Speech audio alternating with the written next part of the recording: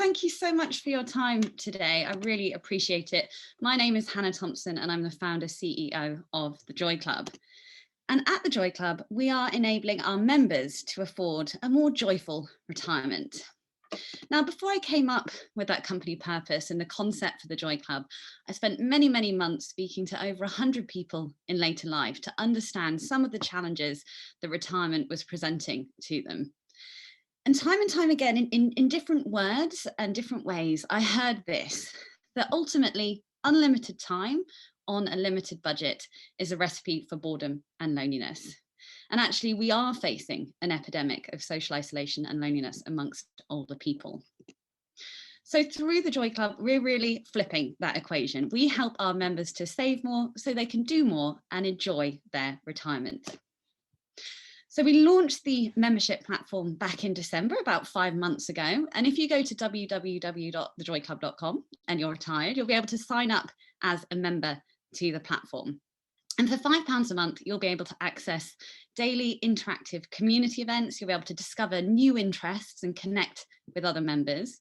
You'll also be able to buy products and experiences at a discount from our partners to help you to really enjoy those new hobbies. And you'll also be able to enjoy the uplifting content that's increasingly not only consumed by members, but also created by members as well, which is amazing. And it's great to see, them really taking ownership of the space.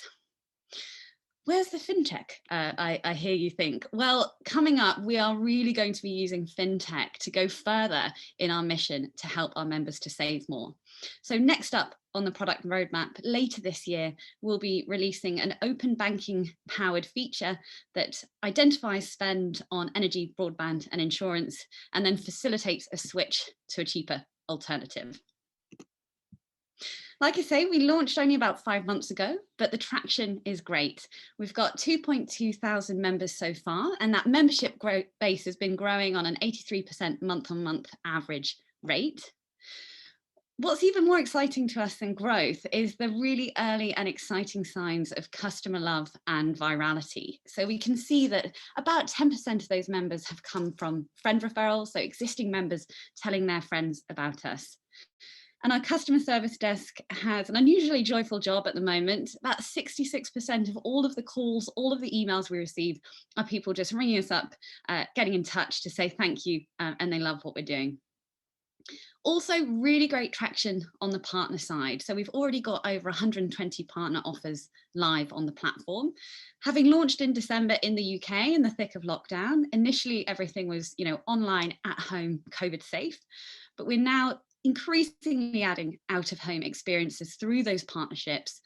Over 200 of our members got in touch with us and told us exactly what they wanted in terms of activities and brands, which we're using as a shopping list. And over 1,000 venues are already welcoming our members at a discount across the UK, including the amazing historic houses, Ballantyne Spa. So we have 2 lines of revenue at the moment. So the first is that £5 a month subscription fee. In June, we're about to launch a freemium model, which will essentially have a free tier of membership through which members can enjoy the discounts and the content, and then that premium membership, £5 a month, for which they can access those community events every weekday. We've just surveyed the membership base and it's looking like 30% intend to become premium members when we switch that on in June. There's also this really exciting B2B2C sales opportunity. Already a financial services group is paying for membership to the Joy Club as a perk for their retired IFA clients and also the employees retiring from their corporate clients. And that for us is just the tip of the iceberg of a really big, exciting opportunity that we'll be doing more to explore over the coming months. We also have the commission that our partners pay us. So every time a member transacts with a partner, we get a commission on that, average about 10%. And so that means even that free tier of membership in the freemium model is revenue generating in this sense. So when we look forward, we're expecting revenues of around £1 million this year, raising to 8 million next year, and then around 80 million in year 3. And I'm not alone in this venture. I have an amazing team of some of the greatest brains in consumer and fintech. So I myself spent the first 10 years of my career working in other people's startups, including as head of strategic partnerships at the femtech company LV. That's where I met Tanya Bola, the founder CEO of LV. She came on as our first investor in March of last year, and she's also chair of the board. On the board, we also have Sian Visinghe, who's also the Chief Marketing Officer of TransferWise, and previously was Chief Marketing Officer of Secret Escapes. And then I have the wonderful Jane Reddin, who's advising me on all things people and talent and culture. And she was instrumental in bringing on board Rachel Brown, Head of Product, who's in the senior management team with me at the Joy Club. She's previously worked at Oak North, Sky Events, and was Head of Product at Goji, the sustainable investments platform. And then we have Paul Ingham. He was the second engineering hire in at On the Beach, the travel retailer. He then grew a team of over 100 engineers. They successfully IPO'd in 2015. And he's one of those really unusual people that wants to do that journey all over again. So he found us and has joined us on this journey. So thank you so much for your time. That was a whistle-stop tour. But ultimately, I'm here because we're raising a 1 million round. I've got just over half of that covered by angels already, 50K minimum check size. It'd be great to hear from you. Do reach out to the organisers, or you can get me directly on hannah@thejoyclub.com. Thank you. Thanks so much for that, Hannah. And apologies for the technical blip. Hopefully it didn't ruin your flow too much.